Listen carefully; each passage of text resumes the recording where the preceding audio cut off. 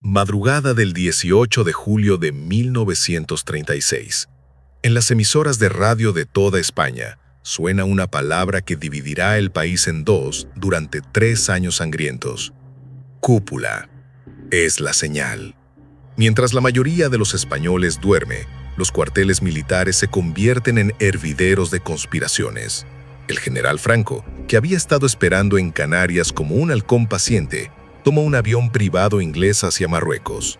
Lo que comenzó como un golpe militar más, se transformará en el conflicto más brutal de la historia española moderna. Un campo de pruebas donde las futuras superpotencias de la Segunda Guerra Mundial ensayarán sus tácticas más mortíferas. Esta no es solo la historia de una guerra civil, es la historia de cómo un país se convirtió en el tablero de ajedrez donde se jugó el futuro de Europa, donde hermano luchó contra hermano, y donde las ideologías que definirían el siglo XX se enfrentaron por primera vez con bayonetas y bombas. Y créeme, cuando entiendas lo que realmente ocurrió entre 1936 y 1939, nunca volverás a ver la política, la guerra o la naturaleza humana de la misma manera. En cuestión de días, España se partió en dos mitades irreconciliables. De un lado, la España nacional, militares sublevados, monárquicos, católicos tradicionalistas, falangistas, todos unidos por el miedo a una revolución comunista que creían inminente. Del otro lado, la España republicana, obreros, campesinos, intelectuales, anarquistas, socialistas, comunistas, todos defendiendo lo que veían como la última oportunidad de modernizar un país atrapado en el feudalismo. Pero esta división no seguía líneas geográficas claras. Atravesaba pueblos, familias, incluso hogares, hermano contra hermano, padre contra hijo, vecino contra vecino. En las zonas rurales, los campesinos que habían trabajado tierras ajenas durante generaciones, ahora las ocupaban, mientras los terratenientes huían o eran ejecutados. En las ciudades, las iglesias ardían y los comités revolucionarios organizaban la vida cotidiana. El lenguaje mismo se dividió. Los nacionales hablaban de cruzada y reconquista, los republicanos de revolución y pueblo. Y mientras España se desangraba en esta lucha fratricida, el mundo exterior observaba con una mezcla de horror y oportunismo. Alemania nazi e Italia fascista veían la oportunidad perfecta para probar sus nuevas armas y tácticas. La Unión Soviética de Stalin veía la chance de exportar su revolución y las democracias occidentales, paralizadas por el miedo a otra guerra mundial, optaban por la política de no intervención que, en la práctica, condenaba a la República a una lenta agonía. España se había convertido en el laboratorio donde se cocinaba la guerra que pronto arrasaría a Europa. La guerra se decidió en una serie de batallas que se convirtieron en símbolos eternos de sacrificio y brutalidad. El Alcázar de Toledo, donde los nacionalistas resistieron un asedio de 70 días en condiciones inhumanas, convirtiendo a Franco en el salvador del Alcázar y en el caudillo indiscutible.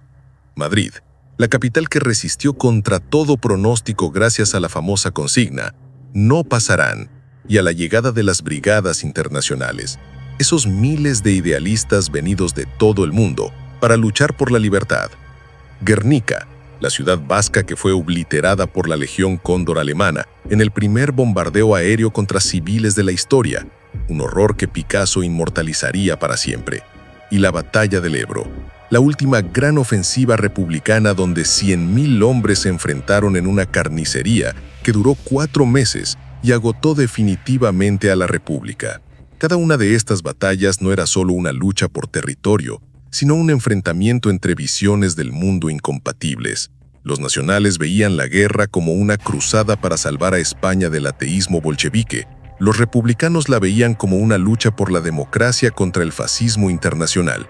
Y en medio de esta colisión de ideologías, los soldados de a pie, muchos de ellos campesinos analfabetos que nunca habían salido de su pueblo, morían por causas que apenas comprendían, en paisajes que se volvían irreconocibles por el fuego artillerío y los cráteres de las bombas. Mientras los ejércitos regulares se enfrentaban en los frentes, un fenómeno único en la historia militar llegaba a España: las brigadas internacionales. Miles de voluntarios de más de 50 países abandonaron sus vidas confortables para viajar a una tierra que muchos solo conocían por los libros, movidos por una convicción que hoy nos puede parecer ingenua, pero que entonces era tan poderosa como el acero. En los campos de batalla españoles se estaba decidiendo el futuro moral de la humanidad. Estudiantes de Harvard que habían leído a Hemingway junto a mineros galeses que conocían la pobreza desde la cuna. Intelectuales parisinos que debatían en cafés literarios junto a obreros berlineses que habían huido de las primeras persecuciones nazis. Todos compartían la misma fe casi religiosa.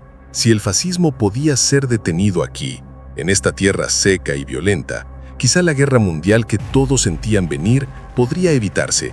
Pero la realidad del combate fue un choque brutal para estos idealistas. Llegaban sin entrenamiento militar, muchos sin ni siquiera hablar una palabra de español, y eran arrojados directamente a los frentes más sangrientos con armas obsoletas y uniformes que parecían disfraces. El batallón Abraham Lincoln, compuesto principalmente por jóvenes estadounidenses que nunca habían salido de su país, perdió el 80% de sus efectivos en su primera batalla importante en Jarama. Los poetas como el británico John Cornford, que había escrito versos sobre la belleza de la lucha, morían con el lápiz en la mano, intentando capturar el horror en palabras que nunca terminarían. La enfermera canadiense Norman Bethune desarrolló las primeras unidades móviles de transfusiones de sangre directamente en el frente, salvando cientos de vidas mientras arriesgaba su propia vida. Estos internacionalistas no solo traían su idealismo, traían las semillas de lo que después sería la resistencia contra el nazismo en toda Europa. Muchos de los comandantes que luego liderarían los ejércitos aliados en la Segunda Guerra Mundial aprendieron aquí sus primeras lecciones de combate real, y cuando finalmente se fueron en 1938, dejaban atrás no solo miles de tumbas anónimas dispersas por toda España, sino la prueba tangible de que la solidaridad humana podía trascender fronteras y lenguas, incluso en medio del horror absoluto de una guerra donde la crueldad había convertidose en la moneda corriente. La Guerra Civil Española se convirtió en el laboratorio de sangre, donde se probaron todas las innovaciones militares que pronto dominarían los campos de batalla de la Segunda Guerra Mundial. La Legión Cóndor alemana, enviada por Hitler como regalo personal a Franco, utilizó los cielos españoles como campo de pruebas para su flamante Luftwaffe. Los bombarderos Stuka practicaron sus picados letales sobre pueblos indefensos, perfeccionando la técnica del terror aéreo que luego emplearían en Polonia y Francia. Los tanques Panzer I, aunque ligeros y poco armados comparados con lo que vendría después, demostraron de manera incontestable la superioridad de la guerra mecanizada sobre la infantería tradicional.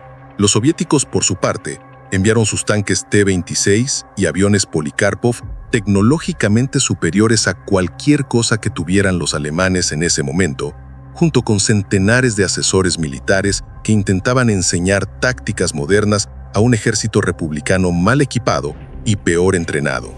Pero la innovación más terrorífica, la que marcaría para siempre la naturaleza de la guerra moderna, fue el bombardeo estratégico sistemático contra poblaciones civiles. Guernica fue solo el ensayo general más famoso. Barcelona, Madrid, Valencia y decenas de otras ciudades sufrirían ataques aéreos masivos diseñados específicamente para aterrorizar a la población civil y quebrar su moral. Los observadores militares de todo el mundo tomaban nota con fría precisión. Los japoneses estudiarían estas tácticas para su guerra en China, los británicos y estadounidenses para su futura fuerza aérea estratégica y los alemanes para el Blitz que Sun descargarían sobre Londres.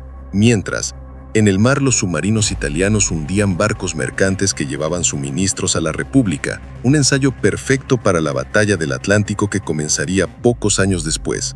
España se había convertido sin quererlo y sin poder evitarlo en la escuela de guerra más avanzada del mundo, donde las futuras superpotencias calibraron sus armas, perfeccionaron sus tácticas y midieron su resolución, todo a costa de sangre y dolor exclusivamente españoles. Mientras los frentes se estabilizan y las batallas capturan los titulares, la verdadera guerra se libra en la retaguardia. Es aquí donde el conflicto revela su rostro más despiadado.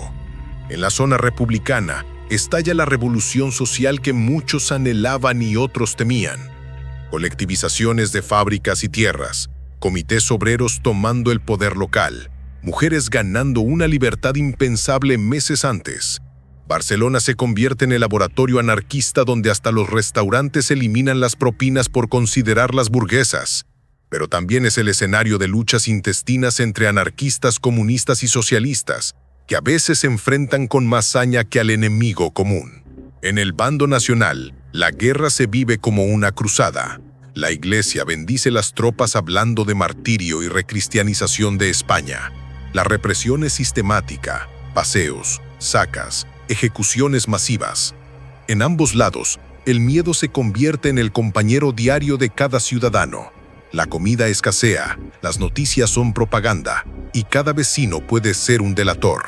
Las mujeres, por primera vez, no solo sufren la guerra, sino que participan activamente en ella. Milicianas en el frente, trabajadoras en las fábricas, mantenedoras de la vida en la retaguardia. Y a través de todo, la cultura se convierte en arma. Los republicanos con su arte revolucionario, los nacionales con su estética imperial. Dos Españas no solo luchan, sino que sueñan mundos radicalmente opuestos. 1939 llega con el agotamiento de una España desangrada. La caída de Cataluña es el golpe final para la República. 500,000 de personas huyen hacia Francia en el invierno más crudo del siglo, en una estampida humana que prefigura los horrores de la Segunda Guerra Mundial. Los refugiados son apiñados en campos de concentración franceses donde mueren por miles. Mientras en Madrid, el coronel Casado lidera un golpe contra el gobierno republicano para negociar una paz que Franco nunca concederá. El 1 de abril, el último parte de guerra anuncia: en el día de hoy, cautivo y desarmado el Ejército Rojo, han alcanzado las tropas nacionales sus últimos objetivos militares. La guerra ha terminado, pero la paz no llegará. Comienza inmediatamente una represión metódica y brutal. Ejecuciones, cárceles abarrotadas, trabajos forzados. Los vencedores no buscan reconciliación, sino aniquilación del enemigo. Y mientras España se sume en el silencio del miedo, el mundo se prepara para la guerra que se ensayó en suelo español. Los pilotos de la Legión Cóndor volverán a Alemania con experiencia invaluable. Los tanques soviéticos probados en España servirán en el frente oriental. Las tácticas de bombardeo terrorista perfeccionadas en Guernica se aplicarán en Varsovia, Londres y Stalingrado. España ha sido el campo de pruebas, y ahora el mundo entero pagará el precio de las lecciones aprendidas aquí. La Guerra Civil Española terminó, pero sus lecciones resonarían por décadas. Las democracias occidentales que practicaron la no intervención descubrirían muy pronto su error. El fascismo no se apacigua, se alimenta de cada concesión. Los voluntarios de las brigadas internacionales que sobrevivieron volvieron a sus países convertidos en veteranos de la primera batalla contra el fascismo, y muchos se unirían a la resistencia durante la Segunda Guerra Mundial. Para España, la guerra dejó cicatrices que tardarían generaciones en sanar, familias divididas para siempre, un país económicamente devastado, y un trauma colectivo que se convertiría en el gran tabú de la sociedad española. Pero quizás la lección más importante, y la que el mundo parece olvidar cada cierto tiempo, es que las guerras civiles son las más destructivas porque convierten en enemigos a quienes comparten historia, cultura y sangre. Que no hay victoria verdadera cuando el precio es la destrucción de la convivencia, y que los fantasmas de una guerra fratricida nunca se van del todo, solo aprenden a vivir en el silencio.